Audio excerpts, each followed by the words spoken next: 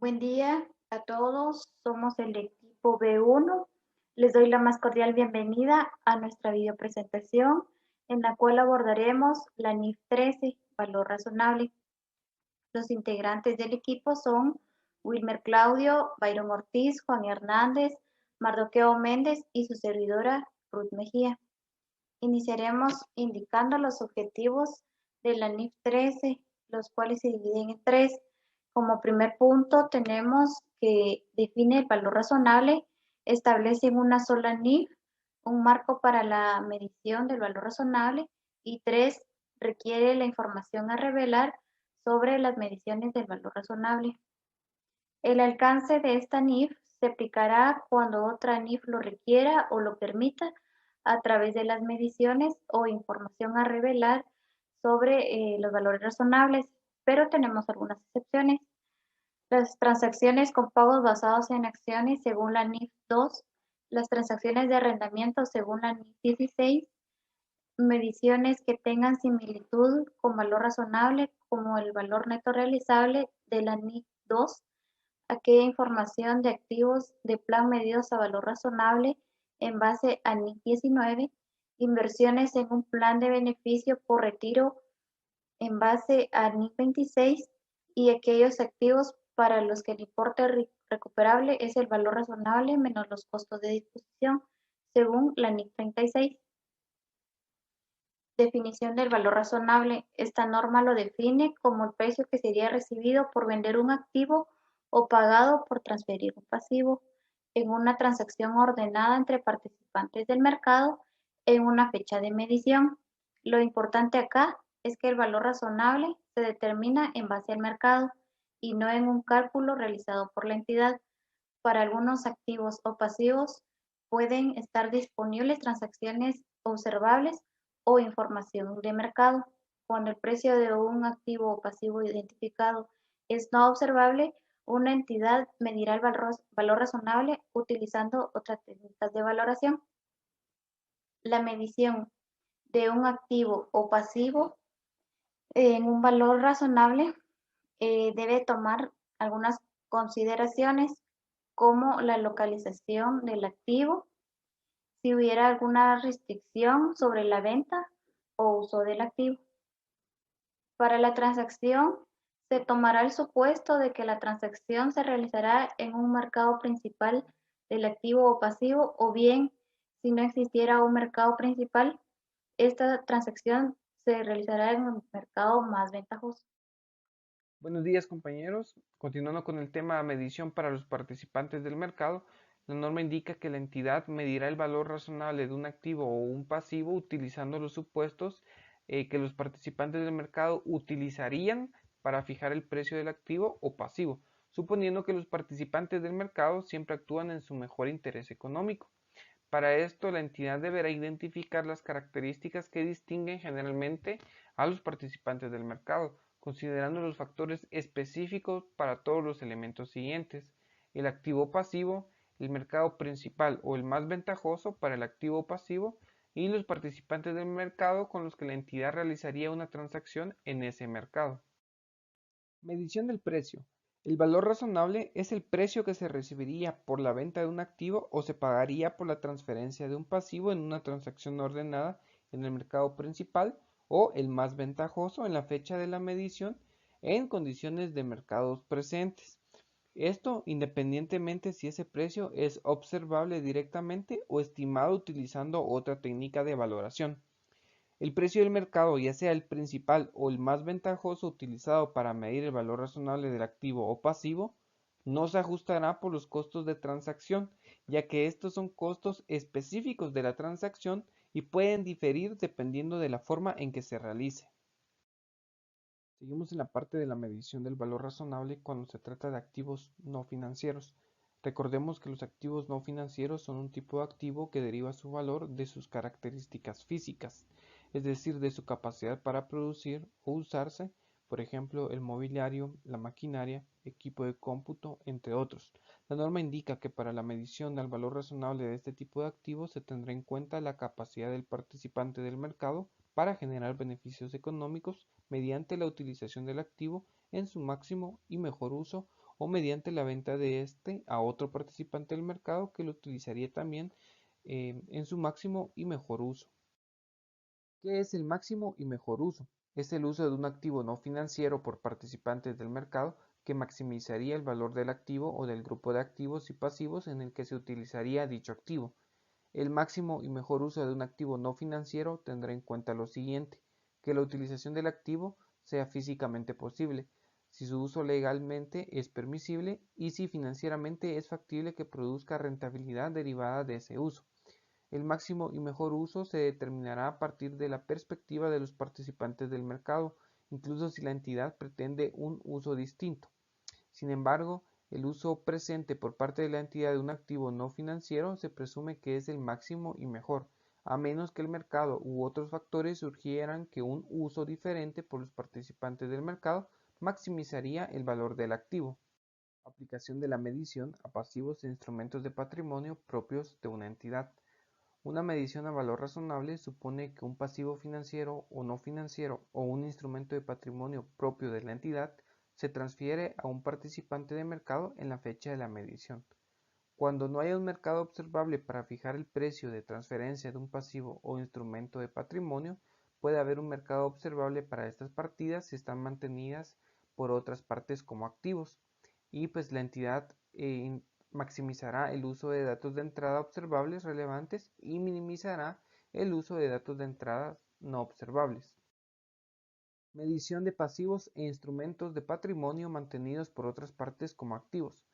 La norma indica que cuando un precio cotizado para la transferencia de un pasivo idéntico o similar o un instrumento de patrimonio propio de la entidad no está disponible y la partida idéntica se mantiene por otra parte como un activo, una entidad medirá el valor razonable del pasivo o instrumento de patrimonio desde la perspectiva de un participante de mercado que mantiene la partida idéntica como un activo en la fecha de la medición, y una entidad también deberá ajustar el precio cotizado de un pasivo o instrumento de patrimonio propio de una entidad mantenido por otra parte como un activo, solo si existen factores específicos del activo que no son aplicables a la medición a valor razonable. Pasivos e instrumentos de patrimonio no mantenidos por otras partes como activos. Cuando un precio cotizado para la transferencia de un pasivo idéntico o similar o un instrumento de patrimonio propio de la entidad no está disponible y la partida idéntica no se mantiene por otra como parte de un activo, una entidad medirá el valor razonable del pasivo o instrumento de patrimonio utilizando una técnica de valoración desde la perspectiva de un participante del mercado que debe el pasivo o ha emitido el derecho sobre el patrimonio. Riesgo de incumplimiento. Se refiere a la probabilidad de que una entidad no pueda satisfacer las obligaciones contraídas en el tiempo, la forma, las condiciones o la cuantía establecida. Este riesgo debe ser el mismo antes y después de la transferencia del pasivo. Restricción que impide la transferencia de un pasivo o de un instrumento de patrimonio propio de una entidad. Cuando se mida al valor razonable un pasivo o un instrumento de patrimonio propio, una entidad no debe incluir o realizar ajuste alguno por un dato adicional que se relacione con la existencia de alguna restricción que impida su transferencia a un tercero. El valor razonable en el reconocimiento inicial. Para un activo o un pasivo, su valor razonable es el precio que se recibiría por vender el activo o que se pagaría por transferir dicho pasivo, reconociéndolo como un precio de salida. Bajo este criterio, se puede entender que las entidades por procedimiento no venden sus activos a los precios pagados que fueron necesarios para poder adquirirlos, y de esta misma forma, las entidades no transfieren sus pasivos a los precios recibidos que fueron necesarios para poder asumirlos en su momento. Si alguna otra NIF requiere o permite que una entidad mida un activo o un pasivo inicialmente a su valor razonable y el precio de la transacción difiere de dicho valor, la entidad reconocerá la ganancia o la pérdida resultante de esa transacción en el resultado del periodo, a menos que la NIF especifique otra cosa. Técnicas de valoración. Una entidad utilizará las técnicas de valoración que sean apropiadas a las circunstancias y sobre las cuales existan datos suficientes disponibles para medir el valor razonable, maximizando el uso de datos de entrada observables relevantes y minimizando el uso de datos de entrada no observables. El objetivo de utilizar una técnica de valoración es estimar el precio al que tendría lugar una transacción ordenada de venta del activo. Tres técnicas de valoración más utilizadas: enfoque de mercado, enfoque del costo, enfoque del ingreso.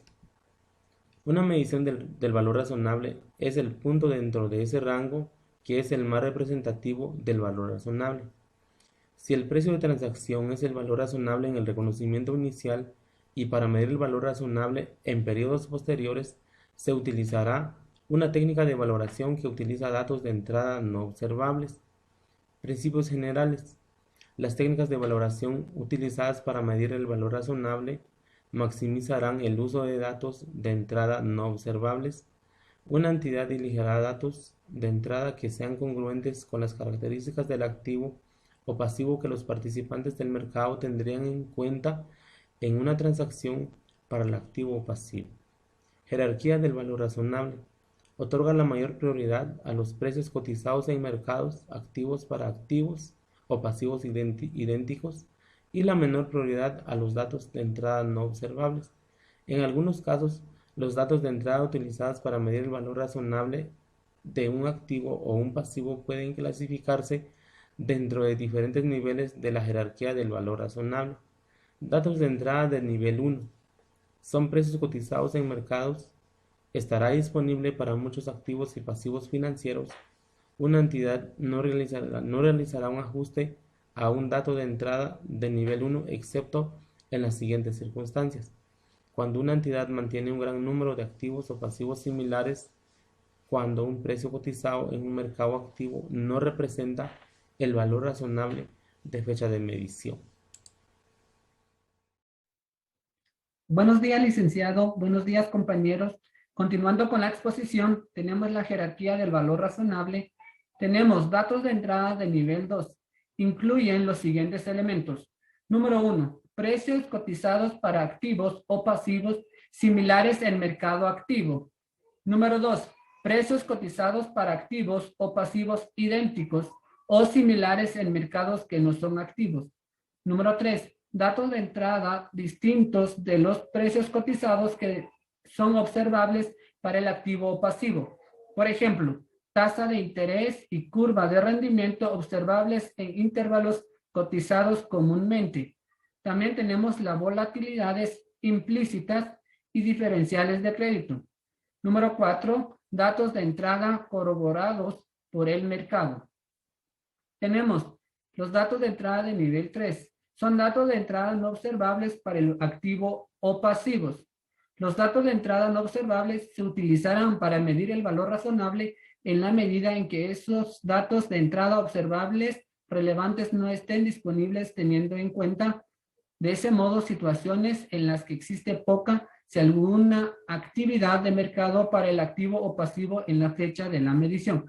Sin embargo, el objetivo de la medición del valor razonable permanece el mismo, es decir, un precio de salida en la fecha de la medición desde la perspectiva de un participante de mercado que mantiene el activo o debe el pasivo. Tenemos información a revelar. Según la norma, una entidad revelará información que ayude a los usuarios de sus estados financieros a evaluar los dos elementos siguientes. Tenemos número 1, para activos y pasivos que se miden a valor razonable sobre una base recurrente o no recurrente en el estado de situación financiera después del reconocimiento inicial, las técnicas de valoración y los datos de entrada utilizados para desarrollar esas mediciones. Tenemos el número 2, para mediciones del valor razonable recurrentes utilizados datos de entrada no observables significativas.